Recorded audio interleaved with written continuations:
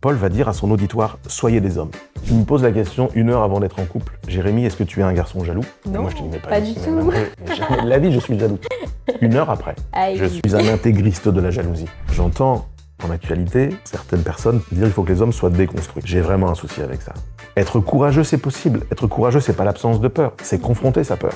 Les jeunes hommes ont du mal à aller voir des filles, ils savent plus comment faire parce qu'on les a tellement dit ça c'est pas bien si tu fais ça, on va te dire ça. C'est compliqué pour des hommes de savoir comment séduire. Il faut retrouver la puissance de la communauté.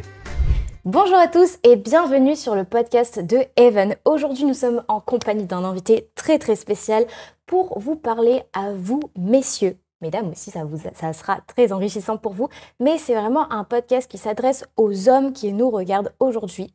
Donc je suis avec Jérémy Poulet. Bonjour à tous. Tambour. Est-ce que tu peux te présenter pour celles qui nous rejoignent? Alors je m'appelle Jérémy Poulet, je suis pasteur à l'église Providence à Toulon. Je suis marié depuis 25 ans, j'ai fêté mes 25 ans là, cette année. Wow, happy birthday. Merci. J'ai 2 enfants qui sont adultes maintenant, Baptiste qui a 23 ans et ma fille qui en a 21, Alex. Et je suis également grand-père, ce qui est surprenant parce que tu te dis comment un type qui a à peine 30 ans, manifestement, peut être grand-père. Eh bien, j'ai plus de 30 ans, j'en ai 45. Tu nous donneras le secret de la jeunesse éternelle. C'est ça. Non, mais voilà, je suis mari, papa et papy. Waouh, merci beaucoup pour cette présentation. Et puis, toi, ton sujet, c'est vraiment les hommes, le ministère des hommes. Est-ce que tu peux juste nous en dire un petit peu En fait, j'ai été pendant 12 ans pasteur de jeunes et d'ados. Et la question de l'identité, quand tu te construis, quand tu es adolescent, homme ou femme d'ailleurs, est vraiment quelque chose qui est complexe. Dans notre génération, plus que jamais, c'est une question qui est complexe. Comment on se sent, ça devient une forme de chemin de réflexion. Qui on est, on ne le sait pas trop, et comment on le construit. Et donc ça, je l'ai observé pendant 12 ans. Et j'ai essayé pendant 12 ans, en tant que pasteur, de faire du bien et d'aider des gars, des filles à se construire. Et puis en 2019, il y a eu tout un mouvement de libération de la parole en France, Balance ton porc, MeToo, beaucoup de scandales qui sont sortis. Et toutes les fois qu'on parlait des hommes, c'était en mal. Que ce soit dans les journaux, que ce soit à la radio, que ce soit dans les films, que ce soit dans toute l'actualité, dans les discussions que les uns pouvaient avoir avec les autres. Et je l'ai même senti dans l'église. Je l'ai senti dans les réunions, dans les discussions entre les gars et les filles. Une mauvaise image, très souvent justifiée. On va pas, je ne veux pas du tout être dans le déni de l'actualité. Bien sûr.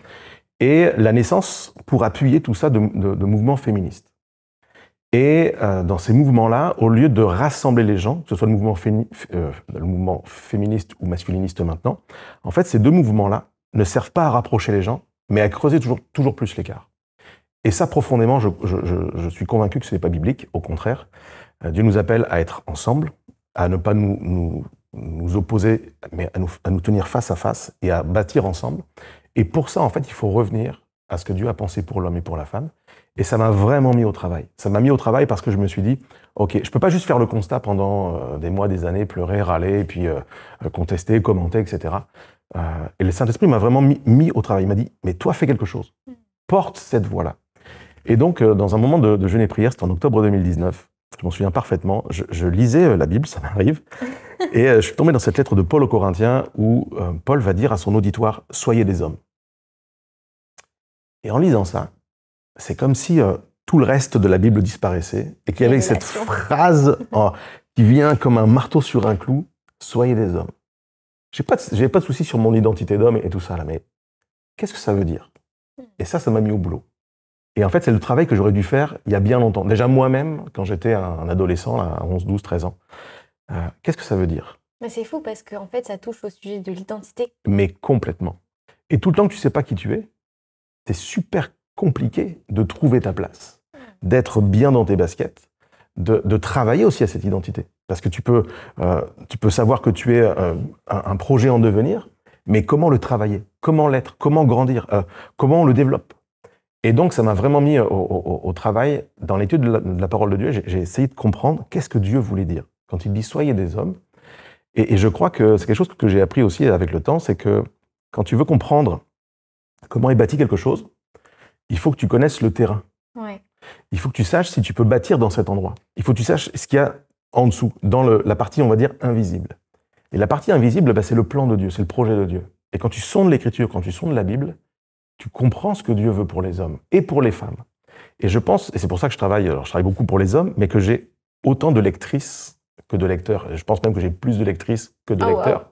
Wow. Parce que les femmes ont besoin de savoir ce que sont les hommes, tout comme les hommes ont besoin de comprendre ce que sont les femmes, qui sont les femmes, comment elles fonctionnent. Et tout ça, en fait, a nourri toute une réflexion, et depuis 6 ans maintenant, m'a fait développer le ministère des Hommes notamment. Et je suis l'heureux orateur de nombreuses conférences, séminaires pour hommes, et parfois orateur de séminaires de femmes sur la question de l'identité de l'homme. Toujours dans le but, non pas de faire un bras de fer ou de devoir affirmer quelque chose en contestation à, mais au contraire, affirmer les principes bibliques pour retrouver du lien entre les hommes et les femmes. Remettre les choses à leur place, finalement. Exactement. Surtout que dans la famille, la place de l'homme, elle est très importante. Tout comme la place de la femme l'est aussi, mais chacun doit connaître la sienne. Exactement. Et c'est important aussi que les hommes puissent prendre leur place. Parce que je pense qu'il y a pas mal de déséquilibres dans les familles parce que justement, les gens ne connaissent pas leur identité. Et quand tu dis ça, par exemple, l'expression « prendre sa place », ça suppose que j'y suis pas. Et ça suppose que quelqu'un doit me permettre de l'avoir et de la prendre. Parfois, la personne avec qui tu vis ou avec qui tu voudrais bâtir ta vie a son idée, a son chemin de pensée qui est lié à son éducation. Je vais prendre des cas très précis pour ne pas être juste dans la théorie. Imaginons que tu as grandi avec un papa qui est complètement absent. De fait, il est absent, il n'était pas là, il est parti, il est décédé, il vous a abandonné, je ne sais pas. Forcément, la maman a pris, entre guillemets, toute la place dans l'autorité, dans la responsabilité, dans l'éducation. Forcément, quand tu vas rentrer dans une vie de couple, tu es pétri de ce fonctionnement-là.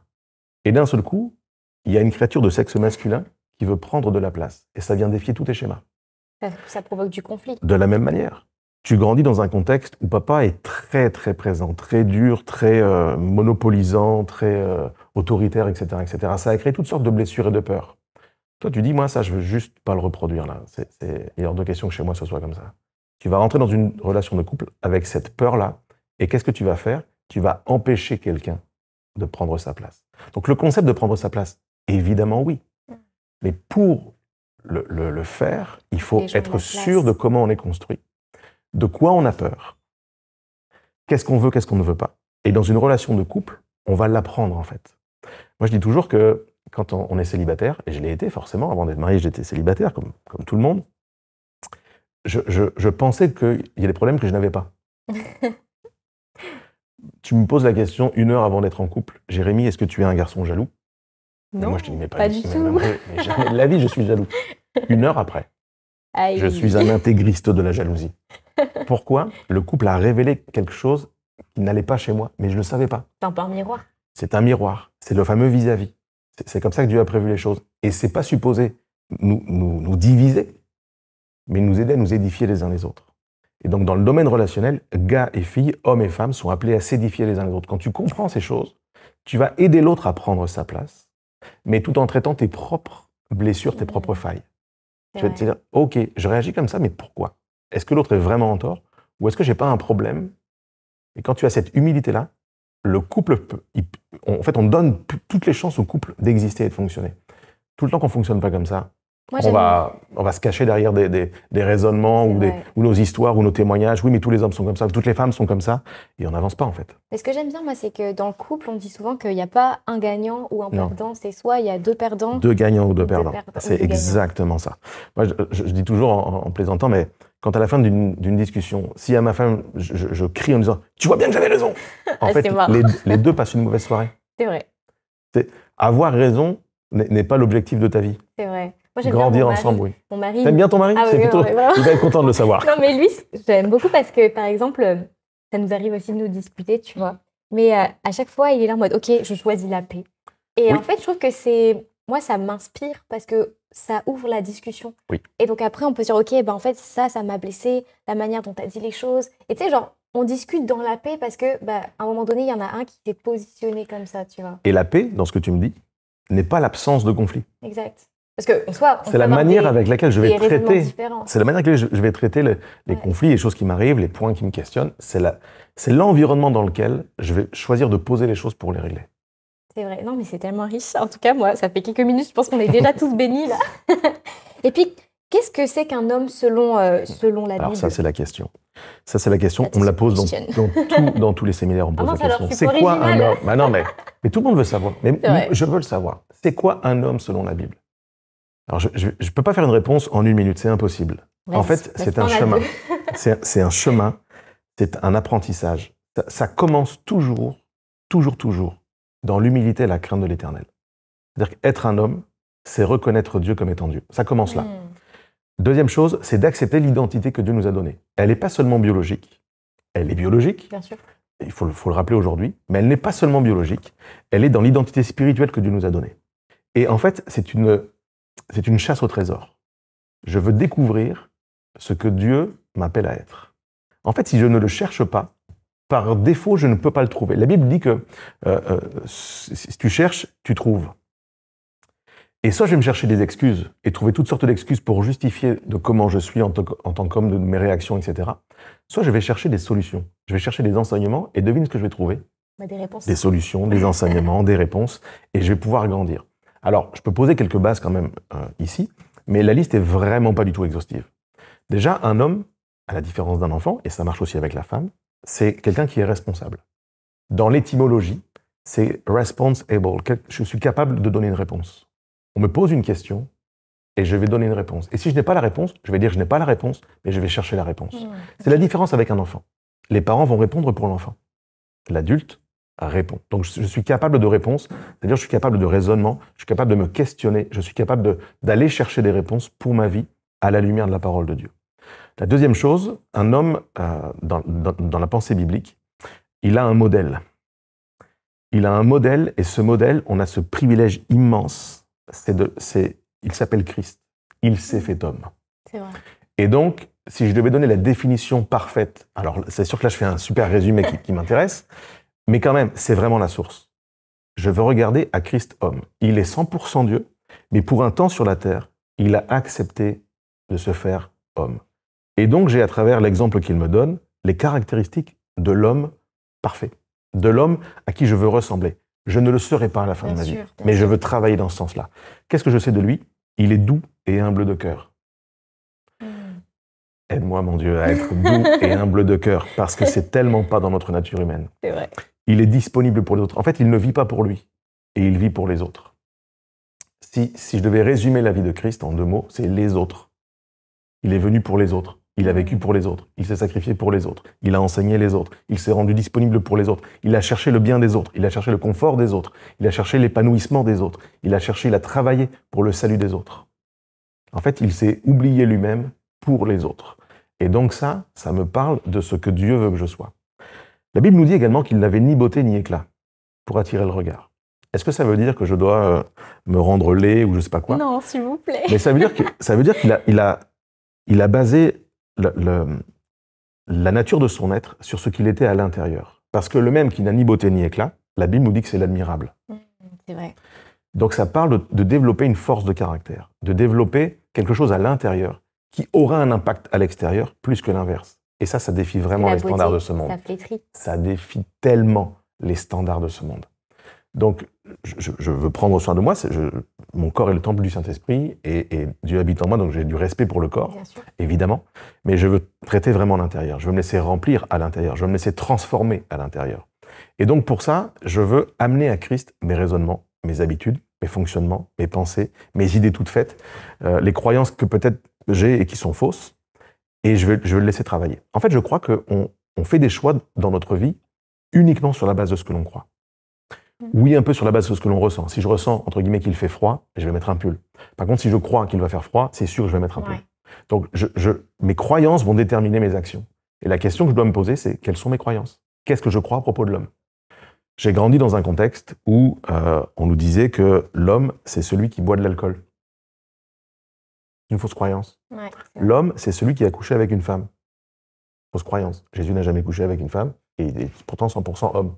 On m'a dit, l'homme, c'est celui qui aura fait le service militaire. Je suis né en 79, l'année de la Réforme. Et il n'y a ni service militaire, ni les 3 jours du service, les 3 jours de... Donc moi, ça veut dire que j'ai aucune chance d'être homme. Est-ce que c'est ça que ça veut dire? On m'a dit, l'homme, c'est celui qui passe le permis de conduire. Je connais plein d'hommes qui n'ont pas le permis de conduire, et ils sont quand même des hommes.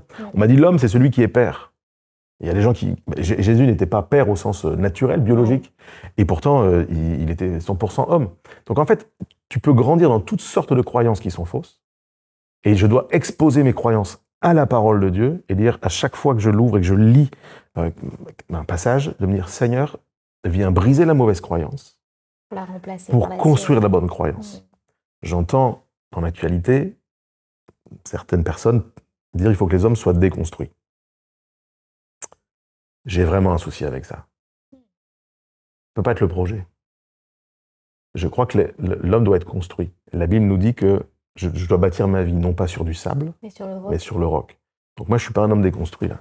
Je suis un homme construit sur le roc. Et je veux bâtir sur le roc. Et si je comprends qu'il y a quelque chose qui ne va pas, je ne vais pas juste le déconstruire, je vais le remplacer, donc déconstruire si on veut. En tout cas, je vais le raser pour bâtir sur le roc. Je ne bâtis pas sur les principes de ce monde, je bâtis sur les principes de la parole de Dieu. Ça, c'est ma responsabilité en tant qu'homme. Un enfant ne peut pas le faire. Un homme peut le faire. C'est plus ça. Également, ce qui fait qu'un homme est un homme, en fait, il manque dans notre génération ce qu'il y avait dans certaines cultures ancestrales, c'est des rites de passage. On le voit dans la Bible, Jésus, par exemple, à 12 ans, il est dans le temple et il va lire le rouleau. Nous, on voit ça dans notre culture. On se dit, ah, c'est stylé. Ouais, c'est stylé, mais on ne ferait pas ça à l'église, tu vois. Et en fait, c'est un rite de passage dans la tradition juive qui fait que le petit garçon, d'un seul coup, il est au milieu de ses pairs, au milieu des hommes, et on lui donne quoi? Une responsabilité. Le droit de réponse, le droit de parole. Tu as le droit à la parole. Ta parole compte. Et on te le dit, on te le manifeste comment? En te permettant de lire la parole de Dieu. Alors, on n'est pas obligé de reconstruire ça dans notre génération, mais que des pères, dans le sens, pas seulement des papas, des hommes accueillent au milieu d'eux des jeunes adolescents en les considérant, en les traitant comme des hommes, en leur permettant, en créant les espaces, en créant les moments où on leur permet de devenir des hommes, ça va vraiment activer quelque chose chez eux. J'ai vu dans toutes les conférences d'hommes que je fais, il y a toujours un moment où je peux avoir un gars de 30, 40, 50, 60 ans en face de moi qui n'a jamais vécu ça.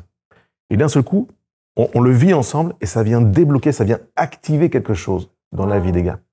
Donc, on est homme pour tout ce que j'ai dit, par tout ce que j'ai dit, mais aussi parce qu'une communauté d'hommes nous permet de le devenir. En tout cas, c'est un accélérateur, c'est un facilitateur. Il y a plus ça chez les femmes que chez les hommes, je trouve. Parce que chez les femmes, il y a la sororité. Il y a une espèce d'orgueil avec les gars que, tu sais, il faudrait que je me fasse tout seul. Un vrai gars, il se fait tout seul. C'est faux. C'est une fausse croyance. C'est une fausse croyance. Jésus a été entouré d'hommes du début à la fin de sa vie. Bah, regarde les disciples. Il s'est déversé en eux. Il savait qu'ils avaient besoin du contact les uns des autres pour grandir ensemble, des fois pour se tromper ensemble, mais pour avancer ensemble et bâtir ensemble. Donc c'est vrai que c'est moins naturel. Mais moi, je suis absolument convaincu de ça. Je suis pro ça. Il faut travailler dans ce sens-là. Et les églises de manière générale, sont des communautés où il faut que des hommes se rassemblent. Au-delà de venir prendre un temps de louange, et je suis pour, mon ministère en parle, d'écouter un message, mon ministère en parle aussi, mais au-delà de ça, il manquerait, et il manque parfois, une dimension qui permet de grandir en tant qu'homme, c'est la communauté des hommes. Et encore une fois, pas dans le but d'être séparé des femmes, de vivre séparé des femmes ou en opposition aux femmes, mais de vivre des moments comme ça pour être meilleur également après, dans nos relations avec les hommes et les femmes. Tu vois, moi je pense que c'est important que les hommes aient des amis hommes qui se regroupent entre eux, comme les femmes et les amis femmes. Tu vois, c'est important de pouvoir aussi avoir ces temps de qualité ensemble. Et ces temps de qualité, j'aime le rappeler aux gars, c'est pas juste des moments où on va simplement parler de foot, rugby, barbecue, voiture. C'est là où on dit les vraies choses. Ou tous les clichés qu'on peut avoir sur les hommes, mais où moi je vais encourager les gars, adolescents, jeunes hommes, hommes matures, etc., à se retrouver et à se parler des vraies choses, à témoigner. Comment tu as vécu ça? Comment tu as vécu ton entrée dans la paternité? Comment tu as vécu ton entrée dans le mariage? Et ces questions-là, tu peux avoir un groupe d'hommes qui se rassemblent toutes les semaines pour aller boire des coups. Mais jamais on aborde ça. En fait, c'est pas juste, je l'ai dit toujours, être ensemble dans une pièce ne veut pas dire qu'on est ensemble. C'est fort. Être ensemble, c'est pas juste géographique. C'est vraiment dire, OK, on va tomber le masque, puis on va se poser la question, comment ça va? Comment tu vis ça? Et ça, c'est des phrases qu'on a des fois du mal de prononcer, mais quand on ose le faire dans un groupe de gars avec qui on a des liens de confiance, mais ça change tout. Ça change tellement tout. Et c'est ça qui nous fait grandir les uns les autres. C'est vrai. Tu parles notamment du fait de se lever. Tu appelles les hommes à se lever. Qu'est-ce que ça implique concrètement? En fait, si tu raisonnes en termes de mouvement, se lever, bah, c'est prendre une position. C'est une position qui, dans notre génération, a du mal d'être prise. C'est compliqué aujourd'hui d'assumer d'être un homme. Tu sais, il y a, encore une fois, à cause de l'actualité, à cause de tout ce qu'on entend, et je pourrais avoir la tentation de me dire, bah, je vais me faire discret en tant qu'homme. Je vais pas faire de bruit en tant qu'homme. Je vais tenter de même pas exister. Tu sais, je vais rentrer chez moi, puis je vais pas faire de bruit. Je vais aller au boulot, puis je vais pas faire de bruit. Je veux pas faire de vagues parce que je sais que tout ce que je vais dire, tout ce que je vais faire peut se retourner contre moi. Ouais, c'est dur. Et donc, ça amène toute une génération d'hommes à être transparents ou en rébellion. En fait, c'est comme l'un ou l'autre. Il y a comme plus de chemin au milieu. Et moi, je crois à ce chemin du milieu. Il faut se lever et porter un témoignage différent dans notre génération. J'ose affirmer que oui, dans notre génération, il y a des hommes qui sont violents, abusants, contrôlants, traîtres, lâches, tout ce que tu veux. C'est vrai, je le reconnais. Mais je crois qu'il existe un autre modèle et que nous devons nous lever pour l'affirmer. Et de manifester de l'honneur, homme-femme, homme avec femme, manifester de la déférence, de la bienveillance. Être courageux, c'est possible. Être courageux, c'est pas l'absence de peur, c'est confronter sa peur. C'est, je vais pas reculer parce que c'est difficile. Je vais oser y aller avec crainte, avec humilité, mais avec foi. Donc c'est ça la prise de position. Le résumé, c'est David contre Goliath. Ouais, c'est une belle image. Mais tu vois, ça me fait penser à une chose aussi. Je discutais récemment avec des amis. Et en fait, ce qui ressortait, c'est que les jeunes d'aujourd'hui, les jeunes hommes ont du mal à aller voir des filles. Ils savent plus comment faire parce qu'on les a tellement dit ça, c'est pas bien, si tu fais ça, on va te dire ça. Qu'aujourd'hui, même, je pense que dans les relations amoureuses, c'est compliqué pour des hommes de savoir comment séduire, comment partager leurs sentiments. Ben, c'est un peu la double peine pour les hommes chrétiens de notre génération. Ouais. La première partie de la peine, elle vient du fait que si tu abordes une fille, dans la société, chrétien ou pas, si tu tentes une approche ou une démarche, ça peut très vite être interprété comme quelque chose de mal, quelque chose de déplacé, du harcèlement. En fait, ça commence où. Et donc, comme on ne sait pas où ça commence, il y a un côté, bon, bah, je vais attendre que l'autre fasse le premier pas, parce que de toute façon, si moi j'entame quelque chose, je vais être catalogué. Ça, c'est la première peine. La deuxième peine, elle est en lien avec l'Église. Il y a un côté, si tu commences à parler avec une jeune fille ou avec un jeune homme, l'Église qui est au courant là. D'un seul coup, ta communauté qui te passe au microscope dit « Oula, il est en train de se passer quelque chose, où est-ce que ça va aller ?» Et puis là, il y a une pluie de raisonnements, de commentaires, d'attitudes qu'il faut avoir, pas avoir, etc., qui fait que, bon, bah écoute, si c'est compliqué comme ça... Ne te retrouve pas seul avec la personne. Ne fais pas ci, ne fais pas ça. Et je veux croire qu'il y a plein de bons conseils, de conseils empreints d'amour, de sagesse, de tout ça, mais comme il y en a tellement et que ça va m'arriver en pleine face sans progression, je préfère rester caché et attendre que l'autre fasse le premier pas. Et puis c'est dur parce que la personne, en fait, c'est comme si tout d'un coup l'engagement il est multiplié parce que du coup, comme il fait une demande et que les gens sont au courant, en fait c'est comme si son engagement est encore plus fort et qu'il a plus trop le choix de se rétracter, tu vois. Et je vais amener une solution. Je ne veux pas juste faire le constat. Je vais amener une solution. On est là pour ça. En fait, c'est vraiment ça. Il faut retrouver la puissance de la communauté.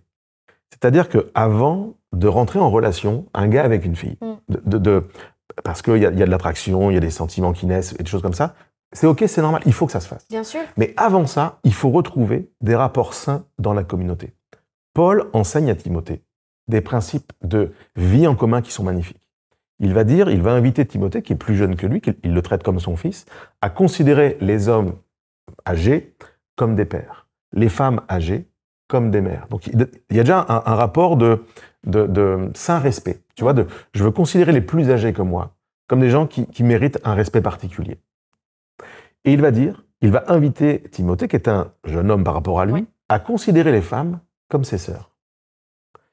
Et ça me parle des rapports fraternels qu'on est supposé avoir, homme avec homme, homme avec femme, femme avec homme.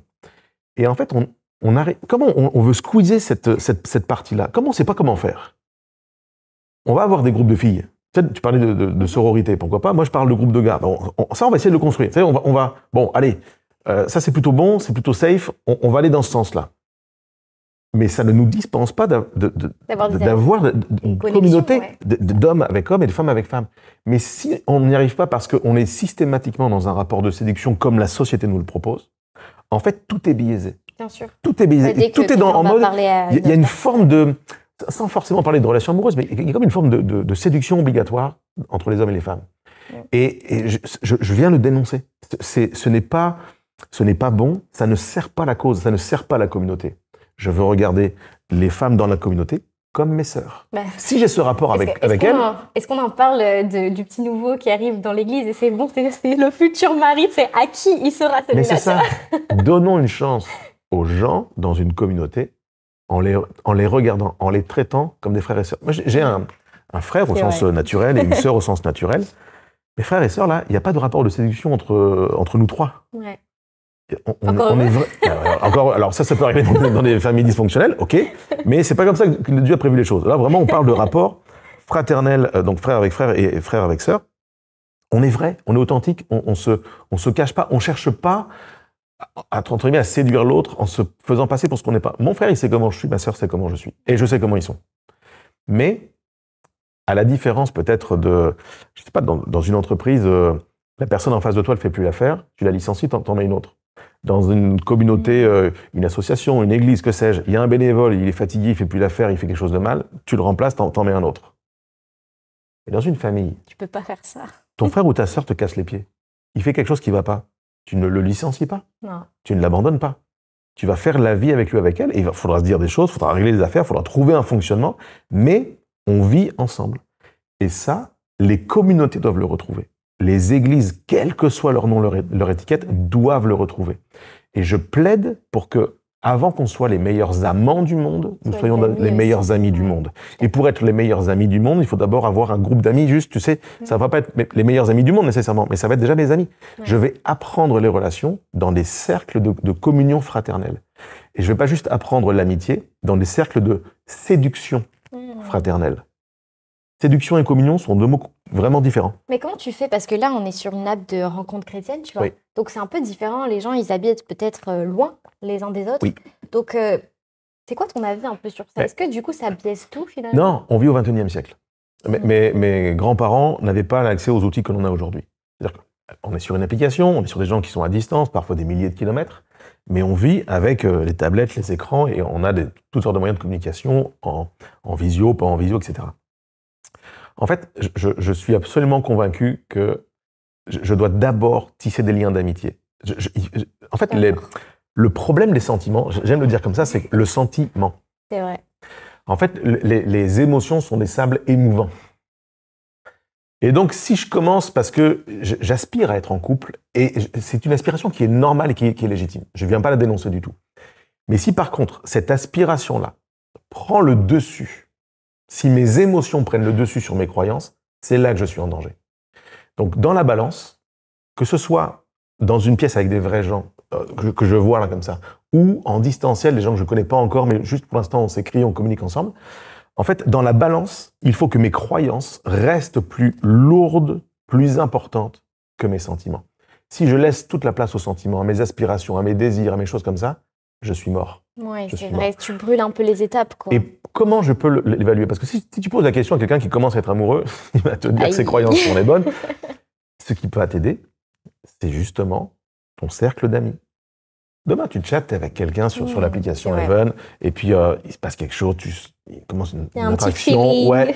Si tu n'en parles qu'avec cette personne-là, tu as toujours raison, et il a toujours raison. Mais si tu commences à amener ces questions-là dans ton cercle d'amis, les gens en qui tu as confiance, qui t'aiment suffisamment pour te dire t'es en train de glisser, ce que tu fais, c'est pas bien. C'est vrai, t'as comme un filet de protection. Mais bien sûr. Et il faut avoir bâti d'abord ces relations-là, entre guillemets, avant d'aller sur l'app. Pardon pour l'application. Mais si tu veux vraiment que ça fonctionne, si tu veux que ce soit vraiment efficace et que ta vie porte un fruit, qui est ce fruit-là derrière, il faut bâtir des relations dans une communauté. Et une communauté, c'est pas obligé d'être 500 personnes là. J'aime à dire que... Imagine, t'as Jean-Michel qui est en plein centre de la France, tu vois. Il a 2 vaches et un mouton, c'est compliqué, tu vois. C'est compliqué. Je suis d'accord que c'est compliqué quand tu vis au centre de la France avec 2 vaches et un mouton. Et franchement, si tu t'appelles Jean-Michel, que tu regardes cette vidéo, Dieu te bénit aussi. Vraiment. Mais véritablement, la communauté, encore une fois... c'est ton grand-père, on parle par exemple, mais ça va être les membres de ta famille, les proches. Mais tu vois, on est capable d'envisager de trouver notre couple, notre partenaire de vie, homme ou femme, à 1000 km. C'est-à-dire qu'on se donne les moyens, on télécharge l'appli et on commence à chatter parce qu'on cherche quelqu'un potentiellement. Et on serait incapable de le faire en amitié. Ah non, c'est vrai. Ça n'a pas de sens. Un de mes meilleurs amis vit en Picardie. On le salue. Et S'il on le regarde cette salue. vidéo. Richard, si tu regardes cette vidéo, sois béni. Et on s'appelle pas tous les jours, on s'appelle pas toutes les semaines, etc. Mais on a une relation qui fait que je peux l'appeler à tout moment. Il peut m'appeler à tout moment. On va s'envoyer des nouvelles régulièrement. Et on est loin. On ne fait pas toute la vie ensemble. Mais on a choisi de maintenir un lien, de garder un lien, de nourrir un lien en étant à des centaines de kilomètres. C'est possible. Si c'est possible, si on est prêt à croire, et je crois que c'est bon, si on est prêt à croire on peut trouver notre conjoint sur une application avec quelqu'un qui est à 2000 kilomètres, pourquoi on ne pourrait pas trouver dans le premier cercle, qui est le plus facile, un ami, une amie, ou si on a une fille, une amie, pareil, à 1000 kilomètres. On doit pouvoir le faire. Les moyens existent. Groupe d'affinité. Il y en a plein les réseaux sociaux, sans faire la pub pour aucune plateforme, mais il y en a plein les réseaux sociaux, des groupes d'affinité. Tu peux connecter avec des gens. Je reste convaincu, je suis peut-être la vieille école, c'est peut-être lié à mon âge ou je sais pas, qu'il faut des vrais gens. Oui, bien sûr, les gens, c'est toujours des vrais gens, mais ouais. une dimension physique. Le langage verbal, non-verbal dit quelque chose. Mais tu vois, c'est intéressant ce que tu dis parce que ça nous montre une chose, c'est que quoi qu'il arrive, on a toujours au moins une personne vers qui on peut nous tourner, tu vois. Que ce soit ton pasteur, parce que j'imagine que du coup, si tu es chrétien, tu fréquentes peut-être une église locale, même si c'est une toute petite. Peut-être que tu as ton grand-père, ton père, peut-être que tu as ton voisin. Tu vois, il y a toujours au moins une personne vers qui tu peux te tourner. Et puis, je trouve que c'est encourageant parce que déjà, avant de vouloir construire un couple, il faut d'abord bâtir des amitiés. Et ça, je pense que c'est un peu la base aussi. Mais pour le bâtir, en fait, beaucoup de gens sont isolés et c'est toujours la faute des autres. Je connais toutes les histoires, tous les scandales. Oui, mais l'autre, il m'a dit ça, il m'a fait ça, il m'a parlé comme ça, il m'a traité comme ça. Et peut-être même que tu as toujours raison. Sauf que la Bible, encore une fois, nous demande de considérer les autres comme étant supérieurs à nous-mêmes. Si j'ai toujours raison, je suis supérieur aux autres. Est-ce que l'autre pourrait, une fois peut-être, au milieu de toutes les fois où il a tort, avoir raison dans un domaine? Donc, je veux considérer l'autre comme étant. Ça ne veut pas dire qu'il est supérieur à moi. La Bible dit considérer les autres comme étant supérieurs à vous-même. Première chose. C'est un état de cœur. C'est un état de cœur, c'est de l'humilité. Je reviens à l'homme parfait, Jésus. Il est doux et humble de cœur. La deuxième chose, la Bible nous demande de persévérer, pas dans la séduction fraternelle, dans la communion fraternelle. Persévérer suppose qu'il y a une difficulté. Bien sûr. Et c'est dans le cercle de communion que l'on va apprendre le pardon, la grâce, la miséricorde. Fléchir, tu vois, c'est tout ça. Être que dans le virtuel, tu sais, si ça va pas, moi, il y a des gens là j'ai des amis Facebook, j'en ai 5000 sur ma page privée et je sais pas combien sur l'autre. Il y en a un qui va pas. Tu le décoches. Dans la vraie vie, on ne décoche pas les gens. Il ne faut pas décocher les gens dans la vraie vie. C'est tellement bon ce que tu dis, Jérémy. Et je pense aussi, tu vois, aux hommes célibataires, comment est-ce qu'aujourd'hui, ils peuvent se préparer à être un futur époux ancré dans la parole de Dieu, tu vois? Alors, pour être un futur époux, il faut être un homme au présent. L'époux est au futur, peut-être pour les gens qui nous regardent, mais l'homme est au présent. L'homme et la femme, ils sont au présent. Et encore une fois, je le dis, un homme n'est pas homme quand il va être en couple. Je l'ai dit tout à l'heure, mais je veux le réaffirmer ici. Donc, aujourd'hui, pour être un époux demain, je dois être un homme aujourd'hui. La Bible le dit très clairement. C'est pourquoi l'homme quittera son père et sa mère, s'attachera à sa femme et deviendront une seule chair. Ce n'est pas écrit l'enfant quittera son père et sa mère. C'est vrai. L'homme. Ça parle d'être construit. Donc, si en ce moment, quelqu'un qui nous regarde est célibataire et dans un processus, il aimerait trouver l'amour, etc., bâtit l'homme. Je ne connais pas, objectivement, sincèrement, je ne connais pas une femme, je ne parle pas d'une fille, je parle d'une femme. Une femme ne veut pas se marier avec un enfant. Non. Une femme dénonce les comportements de l'enfant. Si l'homme avec lequel tu commences à faire ta vie, il y a de la séduction, on se parle, on se plaît, il y a des sentiments qui naissent, etc., etc., si dans les kilomètres qui suivent de la relation, la femme découvre que, mais en fait, c'est un gamin. Qu'est-ce qui va se passer? Il m'a menti. Il m'a séduite et j'en ai mangé. Et là, c'est moi, je veux un homme. Donc, avis à tous les hommes aujourd'hui, bâtit l'identité de l'homme. Bâtit selon les principes bibliques parce que toutes les femmes, indépendamment des aspirations, je veux qu'ils soient blancs, noirs, grands, petits, forts, ça vient après. Le tronc commun, les femmes, tu me corriges si ce n'est pas le cas, mais les femmes veulent un homme. Et inversement? De la même manière, veulent une femme. Ils ne veulent pas une maman. À bon entendeur, salut. Ils ne veulent pas une fille. Ils veulent une femme. Et donc, il faut construire ces principes-là. La deuxième chose que je dirais à un homme dans la perspective de se préparer à une relation de couple, c'est ne suppose pas que parce que vous parlez tous les deux le français, les mots veulent dire la même chose. Oh oui, c'est tellement vrai. Pars à la conquête d'un pays dont tu ne connais pas la langue. Et pour ça, apprends à communiquer dans le langage de l'autre. Ce que il ou elle dit, en l'occurrence, voilà, si je suis un gars avec la fille, si ce qu'elle me dit, je l'entends, je dois être sûr que ce que j'entends, c'est la bonne traduction. Et pour ça, ça demande de revenir sur, quand tu me dis ça, ça veut dire vraiment ça.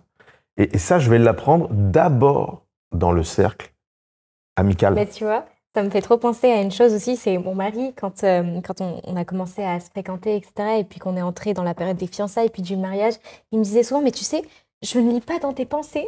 Et moi, j'étais en mode, mais je pensais que tu avais compris quand j'ai dit ça, que c'était comme ça. En fait, ça marche pas. Il ne faut pas supposer. En fait, avis à tous les célibataires. A, c'est A, et B, c'est B. Avis à tous les célibataires et peut-être tous les couples qui regarderaient ce podcast. Avis à tous. Ne supposons pas que l'autre a compris, que l'autre sait, que l'autre devine. Soyons explicites. Moi, j'étais en mode, mais je pensais que quand je t'avais dit ça, t'avais senti que j'étais pas contente. Ça sent les problèmes, mais ce tu m'as terrain-là. pas dit que t'étais pas contente. Comment je peux le deviner, tu vois?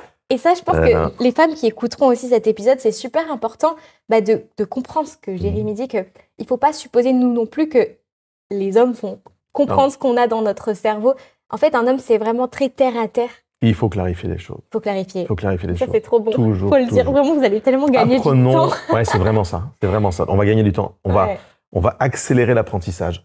Et ça, je suis convaincu que ça s'apprend dans l'amitié. En fait, pour moi, hein, il y aura certainement quelqu'un commentera et aura l'exception qui confirme la règle. C'est pas mon combat, soit. Mais pour moi, c'est impossible de bâtir un couple solide sans amitié, sans avoir bâti des amitiés avec d'autres gens avant. Il y a un terrain relationnel. On apprend les relations. Il faut les apprendre. Et ça s'apprend dans ce temps de préparation peut-être du célibat. Ça s'apprend dans des relations. D'ailleurs, j'ai parlé avec des centaines de célibataires qui parlent de la souffrance de leur solitude. Sans aucune forme de mépris. Pour la solitude, je veux l'affirmer à quelqu'un. J'ai parlé avec des centaines de couples qui vivent la solitude. En fait, c'est pas parce que demain, parce que tu es célibataire, tu rencontres quelqu'un, que la solitude est brisée. On connaît tous des couples où l'un et l'autre vivent une solitude terrible. C'est vrai. La solitude n'a rien à voir avec le fait d'être célibataire. C'est un assèchement de ma vie relationnelle. Et nous avons été pensés par un Dieu qui est profondément relationnel. Et l'image de Dieu en nous, la présence de Dieu en nous, nous pousse à la relation. Nous pousse déjà à une relation avec lui. Il a tout fait pour qu'on soit en relation avec lui. Mais pour qu'on ait des relations qui soient pures, qui soient saines, les uns avec les autres. Si ces deux dimensions, d'abord la dimension, je veux dire, verticale avec Dieu et horizontale avec les autres êtres humains, si je n'ai pas travaillé, développé des relations avec les gens, il y a vraiment peu de chances que mon couple fonctionne. Oh, je vais trouver quelqu'un. Peut-être sur l'app ou ailleurs. Je vais trouver quelqu'un. Mais dans quel but? Le fruit de tout ça, c'est quoi? Est-ce que tu penses que si tu n'es pas construit en tant qu'homme, du coup, la personne avec laquelle tu vas être, tu vas chercher quelqu'un qui va juste répondre à ta blessure? En fait, je pense que on cherche d'abord quelqu'un qui va venir combler des besoins. Et ça, c'est extrêmement dangereux. Dans toutes les relations, d'ailleurs. Ça peut être le cas dans une relation de couple. On a tous des blessures, finalement. Mais on cherche chez l'autre, qu'est-ce que tu vas me donner, finalement, qui va me faire du bien? C'est la fameuse phrase où on va dire « je t'aime » à l'autre, mais tu aimes quoi, en fait? Et souvent, d'ailleurs, dans un couple, mais qu'est-ce que tu aimes chez moi? Cette phrase-là, c'est un piège, une bombe atomique, c'est glissant, c'est une phrase dangereuse. Bien sûr qu'il faut dire « je t'aime », mais qu'est-ce qu'il y a derrière ce mot? C'est « j'aime parce que tu me rassures », « j'aime parce que tu me guéris », « j'aime parce que tu nourris mon ego, tu nourris ma sensibilité, etc. » On doit nourrir quelque chose chez l'autre. Mais il y a des choses que l'on ne peut pas rencontrer. Je veux m'expliquer. Je suis un homme, mais je suis un être, et donc parce que je suis un homme, je suis un être fini. J'ai un début et j'ai une fin. J'ai des limites. Bien sûr. Et si mon épouse a des besoins qui sont des besoins finis, je peux espérer rencontrer ces besoins finis. Mais si elle a des besoins qui sont des besoins infinis. Tu ne pourras jamais. Et l'amour est un besoin infini. Alors j'aime ma femme et je veux lui manifester de toutes sortes de manières. Mais ce qui est sûr, c'est que le besoin d'amour qu'elle a, que j'ai, que nous avons tous, est un besoin infini. Donc s'il n'est pas rencontré par un Dieu qui a des ressources infinies, il n'y a aucune chance que je suffise à mon épouse ou que mon épouse me suffise. Le besoin de grâce est un besoin infini. Je peux faire grâce à mon épouse, elle peut me faire grâce parce qu'on s'est disputé, parce qu'on a eu tort, nanana. On va se faire grâce. Évidemment qu'il faut manifester de la grâce. Mais si le besoin que tu as dans tes tripes est un besoin infini de grâce, il faut aller le chercher auprès d'un Dieu qui a des ressources infinies. Tout le temps qu'on ne comprend pas ça, on va juste pas aimer, on va consommer les autres. Non, c'est vrai. C'est intéressant parce que c'est un peu ce principe de quand tu cherches quelqu'un qui te complète. Mais en fait, la réalité, c'est qu'il n'y a que Dieu qui peut remplir ce vide qu'on peut avoir en nous. Exactement. La personne, c'est un peu la cerise. Moi, je vois ça comme ça, la cerise sur le gâteau. Tu sais, tu es quelqu'un de rempli de Dieu, rempli du Saint-Esprit. Et du coup, tu vas avoir une femme. Et en fait, finalement, tu vas pas chercher à ce qu'elle comble tes besoins parce que tu seras déjà comblé en Dieu. Mais elle va juste apporter de la joie, apporter du plus, apporter de l'amour. Mais ce sera en plus de tout ce que tu auras déjà reçu de Dieu. Et c'est pour ça que moi, il est absolument nécessaire qu'il y ait Dieu dans l'autre. Parce qu'aussi vrai que mon épouse ne peut pas, avec tous les efforts qu'elle peut faire et qu'elle fait en plus, combler tous mes besoins parfaitement. Bien sûr. Mais le Dieu qui est en elle me rappelle qu'il est celui qui me comble. Si je n'ai pas un vis-à-vis qui porte la marque de Dieu, j'ai vraiment des soucis. Tu sais, quand on lit le texte de la Genèse, où l'homme et la femme vont se découvrir, et Dieu va dire, je vais lui créer, en fait, l'homme il n'est pas bon qu'il soit seul, je vais lui créer une personne, un vis-à-vis, un être semblable à lui. Le mot, dans le texte original en hébreu, c'est le mot « ézer ». C'est un mot qui veut dire « secours ». Et c'est un secours au sens divin. Quand on dit que Dieu est mon secours, il y a beaucoup de psaumes qui parlent de ça, c'est le mot « ézer ». Dieu est mon ézer. Et donc, Dieu est en train de dire, je veux que tu aies en face de toi, je veux que vous ayez l'un en face de l'autre, parce que l'homme en était un aussi pour elle, je veux que vous ayez l'un en face de l'autre. Quelqu'un qui porte la marque de Dieu, quelqu'un qui soit un ézer l'un pour l'autre, mais un ézer dans la dimension de qui Dieu est. Bien sûr que ma femme peut m'aider sur des choses très finies, naturelles, basiques, et elle le fait. Mais la marque de Dieu en elle, la vie qu'elle a avec Dieu, va avoir un impact dans ma vie spirituelle aussi à moi. Les prières qu'elle peut Exactement. avoir pour toi. Exactement. Et d'ailleurs, c'est intéressant parce que même avant de rencontrer la personne, on peut déjà cultiver ça. On peut déjà prier pour son futur mari, sa future femme. Faites-le. Parce que moi, je sais, par exemple, petit témoignage, mais c'est à l'âge de 14 ans que j'ai commencé à prier pour mon futur mari. T'as bien fait. Et je me rappelle, c'était au collège, il y avait un garçon qui m'avait proposé de sortir avec moi. Et puis, tu sais, c'est comme je suis tombée sur un livre qui parlait des relations hommes-femmes. Et c'est comme venu appuyer sur mon cœur. Et ce jour-là, je fais, OK, non, on va rien commencer ensemble. Et j'ai dit à Dieu, OK, Seigneur, à l'âge de 14 ans, je prends cette décision de me garder pour toi. Et à partir de là, tu vois, je priais pour mon futur mari. Je demandais à Dieu de me préparer un homme selon son cœur, de me préparer moi aussi pour que je sois une femme selon son cœur. Et franchement, c'est une grâce parce que j'ai rencontré mon futur mari à 16 ans. Et franchement, j'avais aucune relation avant. Et ça, je trouve que c'est fort. Le terrain était favorable, en fait. Ouais, parce que finalement, je me suis positionnée aussi, tu vois. Et je suis convaincue qu'on a notre part de responsabilité en tant que célibataire aussi. Et moi, je dis souvent cette phrase, on ne peut pas demander quelque chose qu'on n'a pas. Dans le sens où tu ne peux pas demander un homme de Dieu si toi, tu ne travailles pas pour devenir une femme de Dieu. Et inversement. Parce que... En fait, ça a à voir avec ce que tu veux récolter. Voilà, exactement. C'est-à-dire, si tu veux récolter des pommes, tu ne plantes pas des cerises. Ouais, il y a peu de chances qu'en plantant des cerisiers, tu récoltes des pommiers. Enfin, c'est assez logique. Et, alors je suis un petit-fils d'agriculteur, ça doit forcément être dans mes tripes quelque part, mais j'ai vu mon grand-père travailler la terre. Je l'ai vu manifester de la foi, finalement.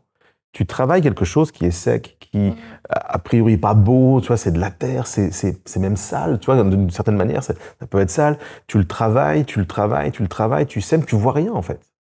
Et puis, d'un seul coup, quelque chose pousse. Ça se développe, t'en prends soin, et ça donne un fruit que tu manges. Eh bien, peut-être que le célibat serait bon d'avoir ce type de regard comme ça. C'est une terre. Ne méprise pas ta terre. Ne méprise pas ta vie, ne méprise pas les promesses de Dieu pour toi, ne méprise pas ta vie spirituelle, ne méprise pas ton intégrité, ne méprise pas ton corps, ne méprise pas ce que Dieu t'a donné, c'est ton jardin. Travaille-le. Et même si aujourd'hui, là, tu peux planter des choses, tu peux planter de la foi, tu peux planter des prières, tu peux prier, lire la Bible et façonner quelque chose, et tu vois pas encore le fruit, tu en manges pas encore le fruit, tu ne l'apprécies pas encore, ça ne remet pas en cause le fait que ça pousse. Exactement. Et au bon moment, et j'aime ce verset de la parole qui dit que Dieu fait toutes choses belles en son temps, mais pour moi, ça a à voir avec ça. Ça n'apparaît pas comme ça, poum, spontanément, mais je profite de ce temps de célibat pour préparer la terre relationnelle, le champ relationnel que je veux voir béni par Dieu et porter un fruit qui soit vraiment bon. C'est tellement bon. Et puis, qu'est-ce que tu dirais peut-être à quelqu'un qui est célibataire depuis des années? Tu vois, le célibat, ça lui pèse, c'est quelque chose de difficile. Et tu sais, on peut souvent ressentir une certaine forme d'injustice aussi, parce que quand tu es célibataire, tu as passé, je sais pas, les 30 ans, c'est lourd à porter. Qu'est-ce que tu pourrais dire à quelqu'un peut-être qui vit son célibat comme une souffrance? Je veux dire quelque chose, mais avant ça, je vais être prudent parce que quand c'est quelqu'un qui est marié, qui parle à un célibataire là-dessus, je sais que tout ce que je peux mettre derrière peut être reçu comme oh, mais tu sais pas vraiment. Parce que toi, tu vis pas vraiment, parce que toi, tu es en couple, etc. J'aimerais recommander quelqu'un que je trouve formidable, qui fait partie des gens que je connais, qui s'appelle Anne Moureau, qui donc a plus de 30 ans, je dirais pas son âge, mais elle a plus de 30 ans, et elle est célibataire. Elle a écrit un livre magnifique qui s'appelle La salle d'attente, et attente est rayée sur sa couverture, et qui parle du célibataire qui vit le célibat depuis longtemps. Et je vais en parler juste comme une ressource, peut-être pour des célibataires. Son témoignage, il est magnifique. Vraiment, si vous la connaissez pas, allez sur ses réseaux, commandez son livre, soyez inspirés par elle. Elle est vraiment, vraiment une perle pour encourager les célibataires. Et sur sa page Insta, il y a plein de passages, de versets pour encourager justement les célibataires. Et elle est célibataire. Donc je sais que c'est comme si, tout ce qu'elle dit, je vais citer les mêmes versets qu'elle, mais ça aura comme plus d'impact. Mais je ne veux quand même pas me défausser. Et j'aimerais dire aux célibataires plusieurs choses. La première, je l'ai dit il y a quelques instants, Dieu fait toutes choses belles en son temps. Et Dieu ne fait pas toutes choses belles dans mon temps, mais dans le sien. Et je veux apprécier le temps que Dieu me donne. En fait, pour apprécier le temps que Dieu me donne, je dois reconnecter avec un principe biblique qui est le suivant: à chaque jour suffit sa peine. Et demain aura soin de lui-même. Aujourd'hui, je veux apprécier aujourd'hui. Quelqu'un qui souffre, quelle que soit la souffrance. On parle peut-être du célibat comme une souffrance. Je crois que le célibat n'est pas forcément qu'une souffrance, mais il peut y avoir dans le célibat de la souffrance, tout comme il peut y avoir dans la vie de couple de la souffrance, tout comme il peut y avoir dans la maladie de la souffrance, etc., etc. Mais dans une journée où il y a de la souffrance, quelle que soit la souffrance, je veux apprendre à remercier Dieu pour aujourd'hui. Parce qu'aujourd'hui, il m'aime. Aujourd'hui, peut-être pas tout, mais la plupart de mes besoins sont rencontrés. Aujourd'hui, je suis aimé. Aujourd'hui, je suis en relation avec le Dieu du ciel et de la terre. Et aujourd'hui est une poussière dans l'éternité. Le célibat est un statut glorieux. Jésus était célibataire. Et pourtant, l'Église est son épouse. Mais on va dire que la période de fiançailles, si je peux l'appeler comme ça, elle est méga longue. Donc s'il y en a un qui sait exactement inspirer, renouveler, consoler, affirmer, défendre le statut de célibataire, c'est précisément Jésus. Donc, je veux juste ramener les gens, moi, une personne qui souffre, notamment du célibat, à Jésus qui l'a été. C'est un statut qui est glorieux. Le couple n'est pas une quête. C'est vrai. Parce que si c'est la quête de ta vie, il y a de grandes chances que le jour où tu seras en couple, parce que ça arrivera, tu sois déçu. Donc, ce n'est pas une quête. C'est une aspiration, mais ça ne peut pas être l'objectif de ta vie. Quand je parle de quête, je parle vraiment de l'objectif de ma vie. Tu sais, j'aurais réussi ma vie. Des fois, j'aime pas ce terme, et pardon si ça choque quelqu'un, mais tu sais, on parle de la moitié. Mon épouse s'en dit, c'est ma moitié. Non, c'est pas ma moitié. On est entier. On est un. Je suis un. Et ensemble, on ne fait qu'un. Mais c'est pas parce qu'ensemble on ne fait qu'un que séparément on n'est que 50%. Ça renvoie au fait qu'un célibataire il est 50% de quelque chose. Non. Les maths de Dieu ne sont pas nos maths. Nous devenons un. Le texte dit, vous deviendrez une seule chair. Nous devenons un, mais 1 plus 1, dans la parole de Dieu, ça fait 1. Ça va faire plaisir aux matheux, mais en tout cas, 1 plus 1 dans les relations, dans une relation de couple, ça fait 1. Mais c'est pas 0,5 plus 0,5. Donc un célibataire n'est pas moins qu'une personne qui serait en couple. Exactement. Il faut tordre le cou à cette croyance. Elle est limitante, elle est frustrante, elle est désobligeante et elle est surtout pas biblique. Donc de toute façon, on lui tord le cou à cette croyance-là. Et qu'est-ce que tu dirais, par exemple, tu sais, aux gens qui attendent depuis tellement longtemps et qui pensent que, du coup, peut-être qu'ils devraient baisser leurs critères et accepter un peu tout ce qui vient par peur de finir seul? Ça vient de la culture des soldes. Les invendus en fin de saison, on leur met moins 70%. Et il y a des fois ce goût de dire, toutes mes convictions là, qui avaient du prix, tout ce qui avait de la valeur, en fin de saison là, moins 70. Ah, c'est triste. Et je veux dire aux gens, ne vous traitez pas comme une fringue invendue. Tu n'es pas un t-shirt passé de mode. Tu n'es pas... Non, on ne peut pas raisonner comme ça.